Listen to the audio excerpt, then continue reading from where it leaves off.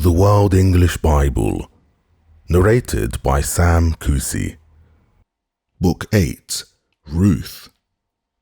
It happened in the days when the judges judged that there was a famine in the land. A certain man of Bethlehem, Judah, went to sojourn in the country of Moab, he and his wife and his 2 sons. The name of the man was Elimelech, and the name of his wife Naomi, and the name of his 2 sons Mahlon and Chilion, Ephrathites of Bethlehem, Judah. They came into the country of Moab and continued there. Elimelech, Naomi's husband, died, and she was left with her 2 sons. They took them wives of the women of Moab. The name of the one was Orpah, and the name of the other Ruth, and they lived there about 10 years. Mahlon and Chilion died, both of them, and the woman was left without her 2 children and of her husband. Then she arose with her daughters-in-law that she might return from the country of Moab, for she had heard in the country of Moab how that Yahweh had visited his people in giving them bread. She went forth out of the place where she was, and her 2 daughters-in-law with her, and they went on the way to return to the land of Judah. Naomi said to her 2 daughters-in-law, "Go, return each of you to her mother's house. Yahweh deal kindly with you, as you have dealt with the dead and with me. Yahweh grant you that you may find rest, each of you in the house of her husband." Then she kissed them, and they lifted up their voice and wept. They said to her, "No, but we will return with you to your people." Naomi said, "Turn again, my daughters. Why will you go with me? Have I yet sons in my womb that they may be your husbands? Turn again, my daughters, go your way, for I am too old to have a husband. If I should say, I have hope, if I should even have a husband tonight, and should also bear sons, would you therefore wait until they were grown? Would you therefore stay from having husbands? Nay, my daughters, for it grieves me much for your sakes, for the hand of Yahweh is gone forth against me." They lifted up their voice and wept again, and Orpah kissed her mother-in-law, but Ruth joined with her. She said, "Behold, your sister-in-law is gone back to her people and to her God. Return you after your sister-in-law." Ruth said, "Don't entreat to me leave you, and to return from following after you. For where you go, I will go, and where you lodge, I will lodge. Your people shall be my people, and your God my God. Where you die, I will die, and there I will be buried. Yahweh do so to me, and more also, if anything but death part you and me." When she saw that she was steadfastly minded to go with her, she left off speaking with her. So they 2 went until they came to Bethlehem. It happened when they were come to Bethlehem that all the city was moved about them, and the women said, "Is this Naomi?" She said to them, "Don't call me Naomi, call me Mara, for the Almighty has dealt very bitterly with me. I went out full, and Yahweh has brought me home again empty. Why do you call me Naomi, seeing Yahweh has testified against me, and the Almighty has afflicted me?" So Naomi returned, and Ruth the Moabitess, her daughter-in-law, with her, who returned out of the country of Moab, and they came to Bethlehem in the beginning of barley harvest. Naomi had the kinsman of her husband's, a mighty man of wealth, of the family of Elimelech, and his name was Boaz. Ruth the Moabitess said to Naomi, "Let me now go to the field and glean among the ears of grain after him in whose sight I shall find favor."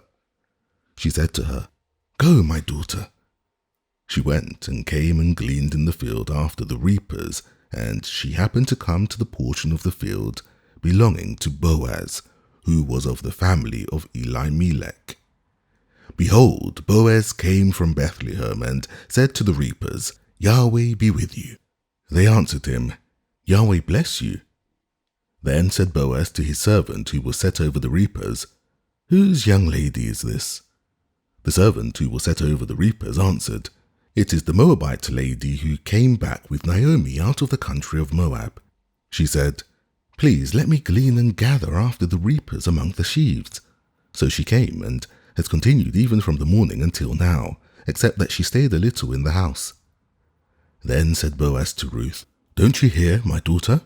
Don't go to glean in another field, neither pass from hence, but abide here fast by my maidens. Let your eyes be on the field that they reap, and go after them. Haven't I charged the young men that they shall not touch you? And when you are thirsty, go to the vessels and drink of that which the young men have drawn." Then she fell on her face and bowed herself to the ground, and said to him, "Why have I found favor in your sight, that you should take knowledge of me, seeing I am a foreigner?" Boaz answered her, "It has fully been shown me all that you have done to your mother-in-law since the death of your husband, and how you have left your father and your mother and the land of your birth, and have come to the people that you didn't know before. Yahweh recompense your work, and the full reward be given you of Yahweh, the God of Israel, under whose wings you are come to take refuge." Then she said, "Let me find favor in your sight, my lord, because you have comforted me, and because you have spoken kindly to your handmaid, though I am not as one of your handmaidens." At mealtime Boaz said to her, "Come here, and eat of the bread, and dip your morsel in the vinegar." She sat beside the reapers, and they reached her parched grain, and she ate, and was sufficed, and left of it. When she was risen up to glean, Boaz commanded his young men, saying, "Let her glean even among the sheaves, and don't reproach her. Also, pull out some for her from the bundles, and leave it, and let her glean, and don't rebuke her." So she gleaned in the field until evening, and she beat out that which she had gleaned, and it was about an ephah of barley. She took it up and went into the city, and her mother-in-law saw what she had gleaned, and she brought forth and gave to her that which she had left after she was sufficed. Her mother-in-law said to her, "Where have you gleaned today, and where have you worked? Blessed be he who did take knowledge of you." She showed her mother-in-law with whom she had worked, and said, "The man's name with whom I worked today is Boaz." Naomi said to her daughter-in-law, "Blessed be he of Yahweh, who has not left off his kindness to the living and to the dead."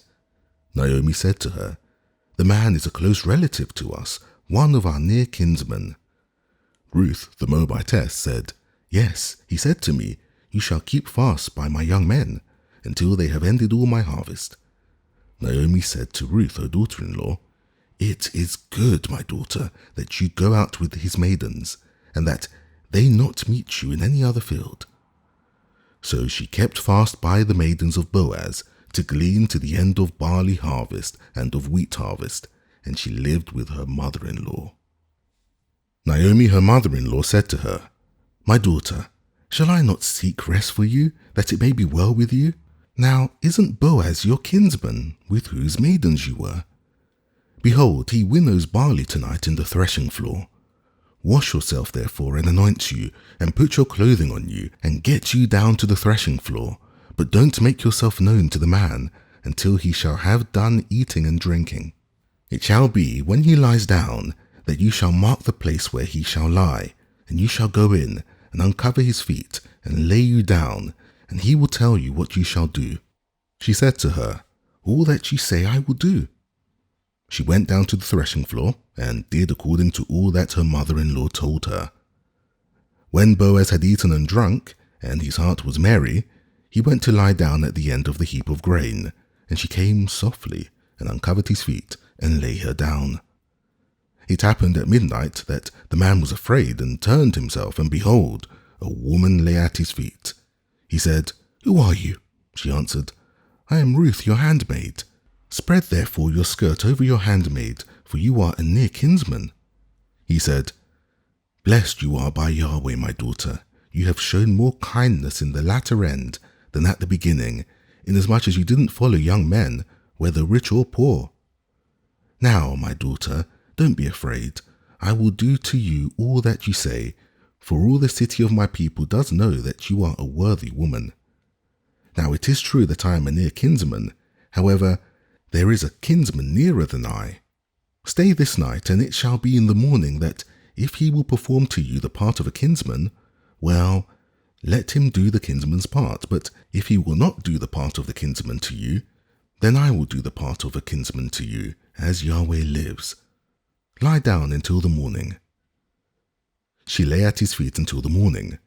She rose up before one could discern another.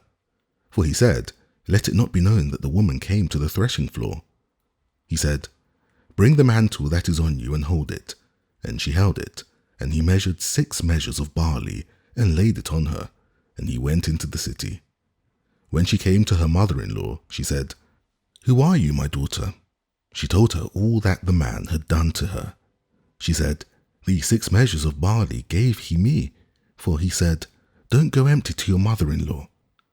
Then she said, "Sit still, my daughter, until you know how the matter will fall, for the man will not rest until he has finished the thing this day." Now Boaz went up to the gate and sat him down there, and behold, the near kinsman of whom Boaz spoke came by, to whom he said, "Oh, such a one, turn aside, sit down here." He turned aside and sat down.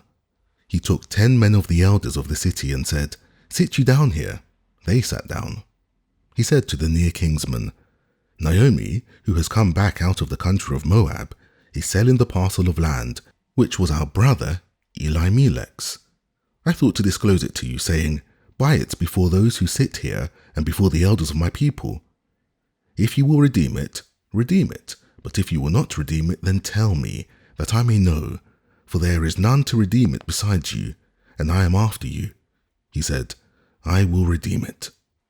Then said Boaz, "What day you buy the field of the hand of Naomi, you must buy it also of Ruth the Moabitess, the wife of the dead, to raise up the name of the dead on his inheritance." The near kinsman said, "I can't redeem it for myself, lest I mar my own inheritance. Take my right of redemption on you, for I can't redeem it." Now this was the custom in former time in Israel concerning redeeming and concerning exchanging, to confirm all things. A man drew off his shoe and gave it to his neighbor, and this was the manner of attestation in Israel. So the near kinsman said to Boaz, "Buy it for yourself." He drew off his shoe. Boaz said to the elders and to all the people, "You are witnesses this day that I have bought all that was Elimelech's, and all that was Chilion's and Mahlon's of the hand of Naomi. Moreover, Ruth the Moabitess, the wife of Mahlon, have I purchased to be my wife, to raise up the name of the dead on his inheritance, that the name of the dead not be cut off from among his brothers, and from the gate of his place. You are witnesses this day." All the people who were in the gate and the elders said, "We are witnesses." Yahweh make the woman who has come into your house like Rachel and like Leah, which too built the house of Israel, and do worthily in Ephrathah, and be famous in Bethlehem, and let your house be like the house of Perez, whom Tamar bore to Judah, of the seed which Yahweh shall give you of this young woman. So Boaz took Ruth, and she became his wife, and he went into her, and Yahweh gave her conception, and she bore a son. The women said to Naomi, "Blessed be Yahweh, who has not left you this day without a near kinsman, and let his name be famous in Israel. He shall be to you a restorer of life, and sustain you in your old age, for your daughter-in-law, who loves you, who is better to you than 7 sons, has borne him." Naomi took the child and laid it on her bosom, and became nurse to it. The women, her neighbors, gave it a name, saying, "There is a son born to Naomi," and they named him Obed. He is the father of Jesse, the father of David. Now this is the history of the generations of Perez.